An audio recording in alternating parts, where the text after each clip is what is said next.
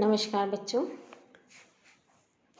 आज हम human development में पढ़ेंगे क्रियात्मक विकास की विशेषताएं, या आप इन्हें क्रियात्मक विकास के सिद्धांत भी कह सकते हैं। एक्चुअली बाल मनोविज्ञान एवं शरीर विज्ञान द्वारा किए गए जितने भी अध्ययन हुए हैं या अनुसंधान हुए हैं, उनसे यही सिद्ध होता है कि बालक के क्रियात्मक विकास एक निश्चित सिद्धांत पर आधारित होता है।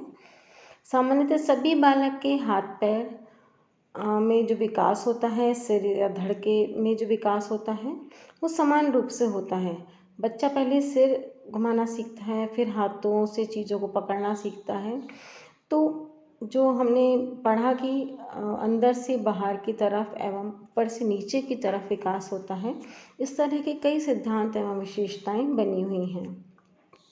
पहला आता है क्रियात्मक विकास मांसपेशियों एवं तंत्रिकाओं की परिपक्वता पर निर्भर करता है। यह बात इस प्रकार से सिद्ध होती है कि शरीर के जिन क्षेत्रों की पेशियां एवं तंत्रिकाएं जितना ज़रूरी विकसित हो जाती हैं या परिपक्व हो जाती हैं, उनमें क्रियात्मक विकास उतना ही जल्दी होता है। जैसे अगर हम उदाहरण लें तो बालक के सिर का विकास जो है वो अन्य अंगों की तुलना में जल्दी होता है। जैसे हम देखते हैं कि प्रारंभ में तो बालक अपना सिर हिला डुला भी नहीं सकता है, लेकिन जैसे ही 3-4 महीने में वो प्रवेश करता है तो उसके सिर जो है वो अपना नियंत्रित करने लगता है। लेकिन जो फिंगर्स हैं उनके द्वारा कोई काम नहीं कर पाता। तो पहले जो है वो सिर की तरफ के मांसपेशियों तंत्रिकाओं का विकास होता है, तो वह सिर को नियंत्रित कर पाता है। क्रियात्मक विकास सिर में गर्दन में इसीलिए जल्दी होता है। शारीरिक गतिविधियों की जो नियंत्रित करने की जो क्षमता होती है, संचालन जो होता है, वो मस्तिष्क का विकास क्रम के 6 माह बाद तीव्र गति से होता है और लगभग 6 वर्ष की अवस्था तक मस्तिष्क का विकास 90% तक पूर्ण हो जाता है। यही कारण है कि 5 से 6 वर्ष का जो बालक होता है वो चलने, दौड़ने, गेंद फेंकने, साइकिल चलाने जैसी क्रियाओं को आसानी से करने लगता है। दूसरा आता है क्रियात्मक विकास जो है वो निश्चित क्रम का एक अनुसरण करता है। यह जो क्रम होते हैं 2 होते हैं, मस्तिष्काधोमुखी विकास क्रम और निकट से दूर की तरफ विकास क्रम। पहले हम पढ़ेंगे मस्तिष्काधोमुखी। इस विकास क्रम में बालक क्रियात्मक विकास पहले सिर के क्षेत्र में होता है और फिर उस क्रमशः मुख, गर्दन, धड़ एवं पैरों के क्षेत्र में होता है। इसी प्रकार पहले भुजा, कोहनी, कलाई और फिंगर्स की तरफ होता है। इसी तरह से वो इसी कारण जो होता है सबसे पहले जो बच्चा होता है वो आँखों को घुमाना सीखता है, सिर को हिलाना डुलाना सीखता है। उसके पश्चात वह और चीज़ों को हाथ से पकड़ पाता है। पहले वह भुजा का जो है वो अपने मुँह तक लेके जाता है, उसके बाद कोहनी लेके जाता है, फिर वो हाथ की क्रियाएं करता है, उसका सबसे लास्ट में वो फिंगर्स करता है। तो 5 माह का जो शिशु होता है वो इस तरह से धीरे धीरे करवट भी बदल लेता है। तो हम ये देखते हैं कि मस्तिष्काधोमुखी सर की तरफ के जो विकास है, मस्तिष्क की तरफ जो जितने भी क्षेत्र हैं उन सब के विकास पहले होते हैं। जैसे सिर उठाना, गर्दन ऊपर उठाना, करवट बदलना, उसके बाद पीठ के बल सरकना, फिर हाथों से खिलौनों को पकड़ना, बैठना, रेंग कर चलना, खड़े होना, सहारे के साथ चलना, बिना सहारे चलना, दौड़ना, उछलना, कूदना, अर्थात विकास पहले जितना भी हम देख रहे हैं वो सब क्या है, सिर के भाग में। जैसे मुख है, गर्दन है, धड़ है, हाथ है, फिर सबसे लास्ट में पैरों में होता है। तो मस्तिष्क के क्षेत्रों में विकास, मस्तिष्क के पास के क्षेत्रों में विकास जल्दी होता है। उसके बाद आता है निकट से दूर के क्रम में। तो इस विकास क्रम के अंदर क्रियात्मक विकास पहले शरीर के केंद्रीय भागों में होता है और फिर दूर के भागों में होता है। जैसा अभी हमने हाथ का अगर हम एग्जाम्पल लें तो सबसे पहले भुजा, फिर कोहनी, फिर कलाई और सबसे लास्ट में फिंगर्स का विकास होता है। किसी भी कार्य को करने के लिए पहले वो पूरी भुजा का इस्तेमाल करता है, फिर पूरी कलाई का इस्तेमाल करता है और लास्ट में वो सबसे उंगलियों का इस्तेमाल करता है, क्योंकि उंगलियों की जो मांसपेशियां होती हैं वो सबसे लास्ट में परिपक्व होती हैं। तीसरा जो है वो क्रियात्मक विकास सामान्य से विशिष्ट की ओर होता है। जैसे कि अभी भी हम देख रहे हैं कि एक 6 माह का जो बालक होता है वो कोई सुंदर सा खिलौना या गेंद पकड़ने के लिए शुरू में अपनी पूरी बॉडी आगे लेकर के जाता है, पूरे शरीर को आगे की तरफ झुकाता है। उसके पश्चात वो भुजाओं के द्वारा वो पूरी अपना जोर लगा करके और फिर उस चीज़ को उठाता है। फिर उसके पश्चात वो अपनी कोहनी, अपनी भुजा का इस्तेमाल करता है और बहुत बाद में जा कर के वो अपने फिंगर्स का इस्तेमाल करना सीखता है। तो हम ये देखते हैं कि मतलब बारीक खेल खेलना, लिखना, पढ़ना बाद में सबसे लास्ट में सीखता है। तो हम कह सकते हैं कि क्रियात्मक विकास जो है वो सामान्य से विशिष्ट की ओर होता है। इसमें इस प्रकार कुछ और भी जो है कार्य जो होते हैं वो पहले पूरी अपनी बॉडी का इस्तेमाल करते भी करता है, उसके पश्चात वह हाथ का इस्तेमाल करता है। 3 साढ़े 3 वर्ष का जो बालक होता है वो सबसे लास्ट में जा कर के ABCDEFG लिखना सीखता है। इसी प्रकार से चौथा जो है वो है क्रियात्मक विकास बड़ी मांसपेशियों से छोटी मांसपेशियों की ओर होता है। बालक में क्रियात्मक विकास के क्रम में हम पहले ये देखते हैं कि पहली गतिशीलता शरीर की बड़ी मांसपेशियों में होती है और उसके पश्चात छोटी मांसपेशियों में होती है। यही कारण है कि बड़ी मांसपेशियों में नियंत्रण पहले आ जाता है और छोटी मांसपेशियों के अंदर बाद में आता है। जैसे हम गेंद फेंकने का एग्जाम्पल अगर हम लें या लिखने का लें, तो कोई भी चीज़ होती है वो पहले पूरी बॉडी से पकड़ता है। गेंद फेंकने में पूरी अपनी बड़ी मांसपेशियों का पहले उपयोग करता है, उसके पश्चात धीरे धीरे वो लिखना और चित्र बनाना सीखता है।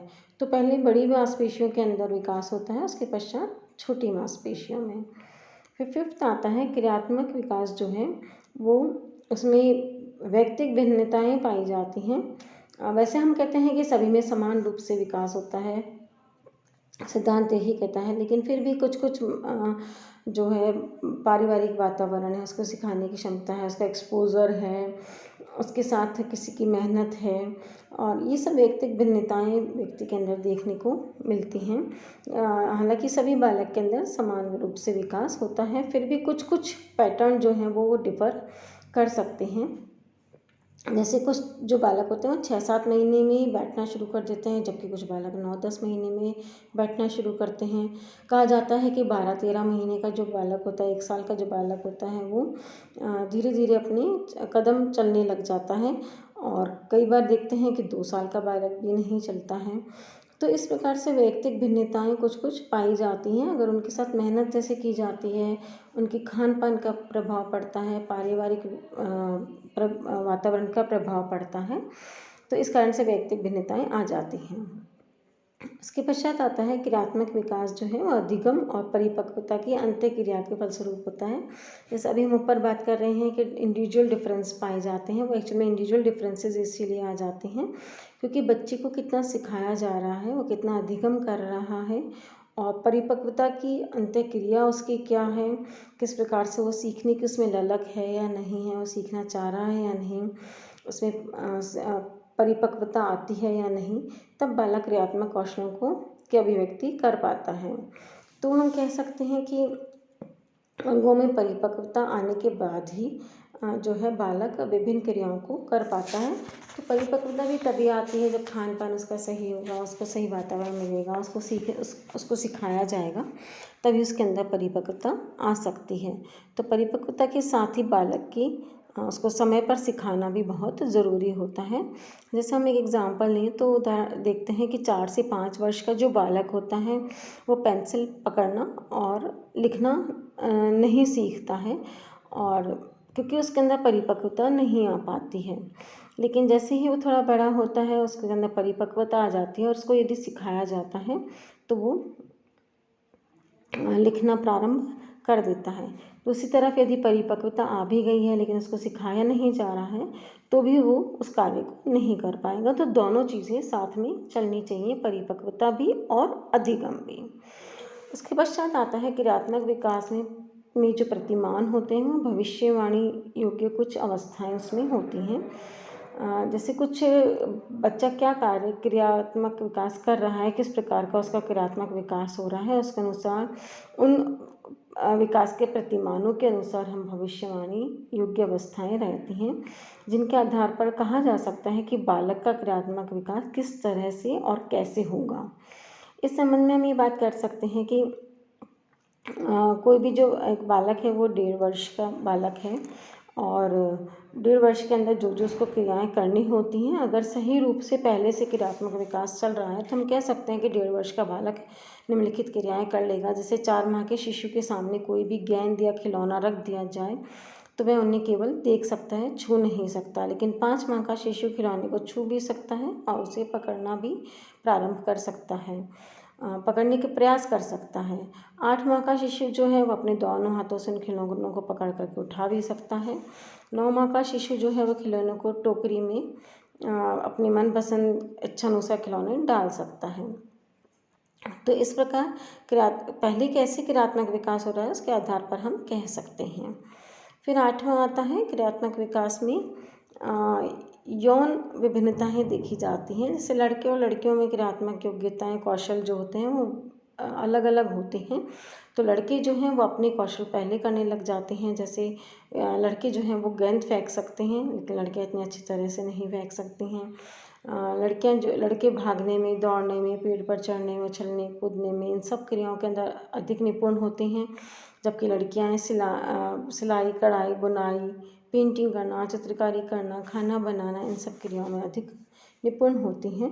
वो इस कारण से भी होता है क्योंकि हम उनका डाइवर्जन उसी तरफ करने लगते हैं।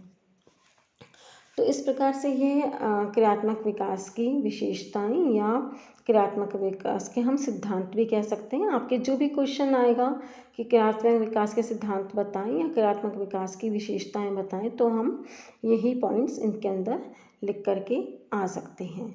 आज के लिए इतना ही, और कल हम पढ़ेंगे विभिन्न अवस्थाओं में क्रियात्मक विकास किस प्रकार से होता है, इस पर प्रकाश डालेंगे। धन्यवाद।